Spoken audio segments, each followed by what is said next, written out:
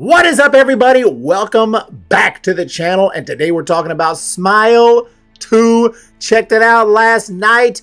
I really enjoyed the first movie, a surprising, awesome horror film from a couple years back.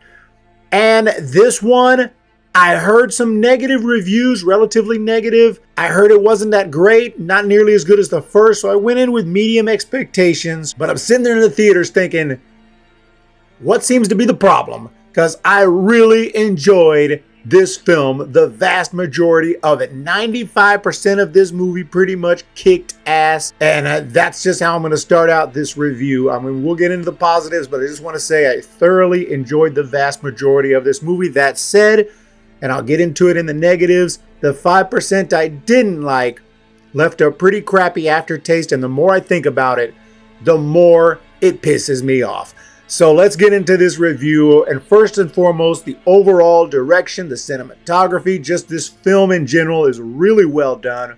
Shout out to Parker Finn and also cinematographer Charlie Saroff. Both of them did an amazing job with this film, especially the opening scene, kind of a way to continue the previous movie and segue into this new one, and I thought it was absolutely awesome, done in a really interesting way with the camera angles and with the way it's kind of like one continuous shot, and it was just an absolute sick way to open this movie. And I'm sitting there thinking, like, I got a lot of hope now. This is going to be a damn good sequel. I don't know what people are talking about after that opening scene. Then we get to Naomi Scott's character, a massive pop star named Sky Riley. She's making a comeback after this horrible and traumatic event that she went through. She was amazing in the role, Naomi Scott. I loved that they gave us an interesting story of a celebrity.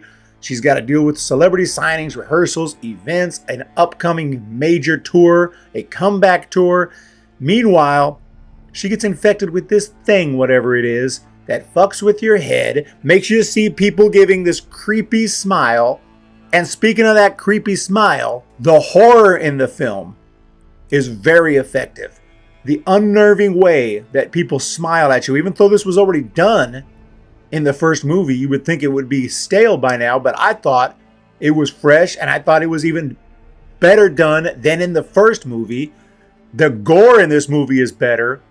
It's extremely well done, but the smile, regardless of the fact that this is the second movie, still works. The interesting ways that they have people do this is just super unnerving, and it's super effective. There are just several creepy moments. I gotta force myself to not look away because it was that terrifying, that creepy, or sometimes just too realistic with the carnage candy. It looked so genuine. I was just sitting like, holy shit, oh my gosh. Like, it was really well done. The music was fantastic. The film builds suspense as we're waiting for the next freaky, horrifying incident to happen, as this girl's trying to rebuild her career. She's trying to act like everything's normal when obviously it's far from. And again, she was just great. The actress who portrayed her, Naomi Scott, was excellent. The acting in basically the entire cast was really good. There was a few line deliveries that I thought weren't great here and there, but by and large, the cast was fantastic. The directing was fantastic. It's just a great sequel.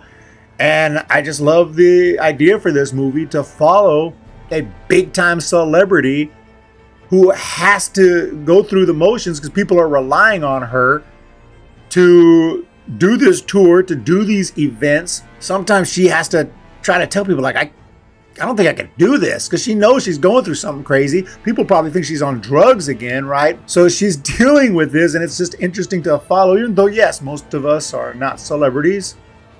We don't really relate to being a huge pop star or a huge celebrity, but they do exist.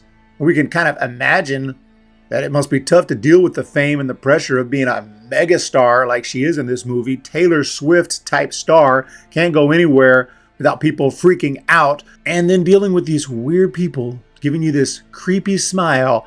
And it's just super interesting to follow her story, especially because she was such a great actress. So definitely, I connected to the character. I cared about her, and I enjoyed her entire journey, and I enjoyed the vast majority of this movie. Unfortunately, the negatives of this film, although I said it was only about 5% of the movie or less that I didn't enjoy, the more I think about it, it kind of pisses me off the way this movie ended.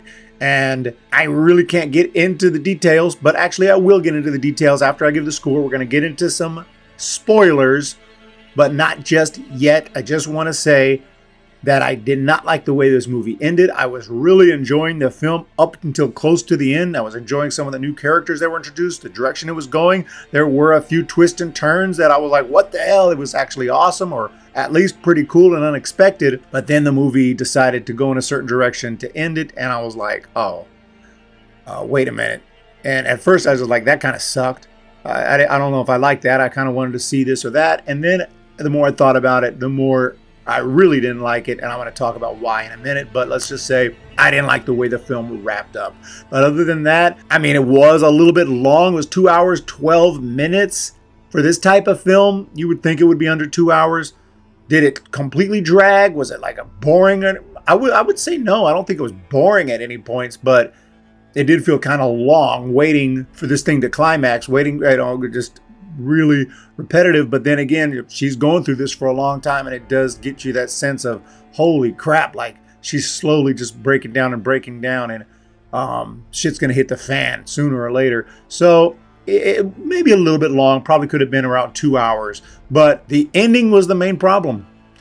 Other than that, the movie was amazing. And I will have to say, as a whole, I have to count the ending, I have to count the beginning, which was absolutely awesome, brilliant, a masterpiece of an opening. But when you take it all into account, I have to say the movie is a great film, a great follow-up, a great sequel, but I can't do any better than that. It was not a masterpiece, and certainly I don't even say it was freaking awesome because of the way it ended. And as I think about it, I might have said freaking awesome walking out of the theater last night when I did the out of the theater review.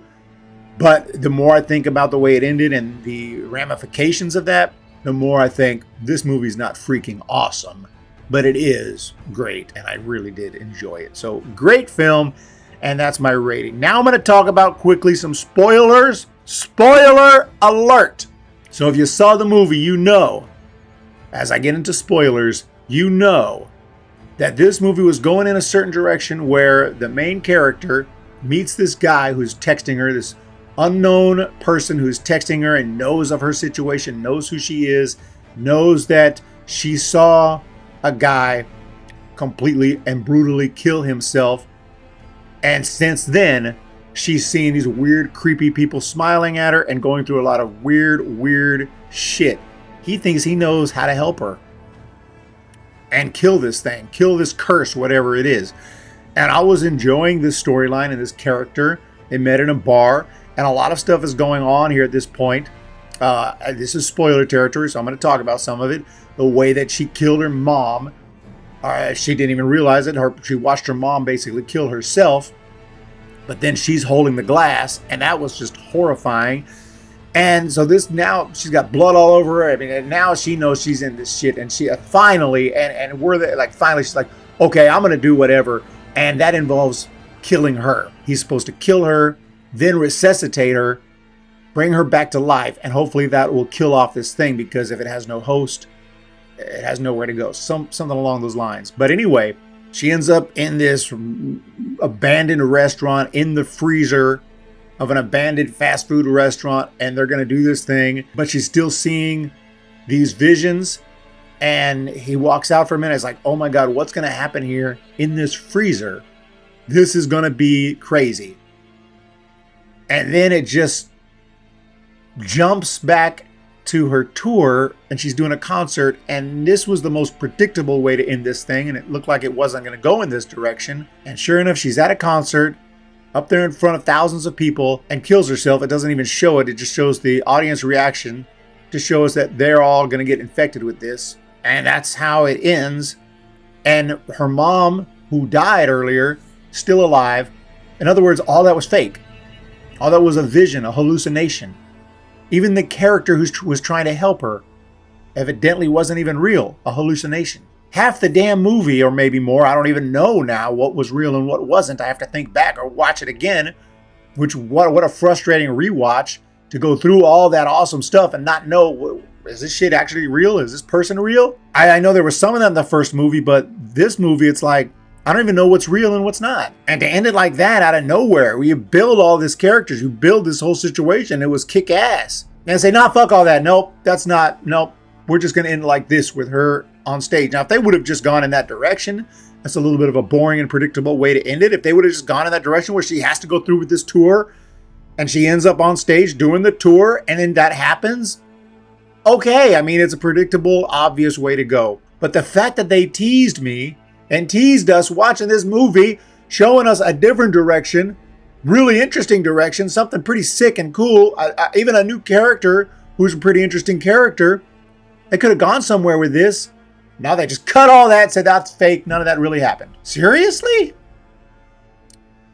So I didn't like the way it ended. It was just like, now, unless I'm missing something, explain it to me. But it looked like it just ended with her doing a concert. Her mom was there. Everyone was alive. So all this shit, a lot of shit never happened. A lot of shit never happened. Where she's freaking out, running from the cops, grabs the gun. All these kick-ass scenes never happened. I hate that. It's kind of a pet peeve when a cool scene happens and then it's just a dream. Sometimes it's okay, but oftentimes it kind of pisses me off. And this is a prime example. So the more I think about it, the more I get pissed off. But look, the movie's still really good and enjoyable, and I think very well done. I just think that was a big mistake to not do something a little more interesting and less obvious, especially when you already had shot a scene where you couldn't come up with something interesting to happen there in that freezer. Why'd you have to make all that fake? Why'd you have to make all that hallucination? I don't like that. I just don't like that. But let me know what your thoughts are in that comment section. So 5% of the movie I didn't like, spoiled about 20-30% of the remaining 95%. So that's why it's a great film, and that's the best I can do. I won't say good, not great. I'm gonna say it's a great film, but certainly not freaking awesome. Certainly not a masterpiece. But let me know your thoughts down below. Hit the thumbs up, hit the subscribe. Let me know your thoughts on Smile 2, and we'll talk to you in the next one.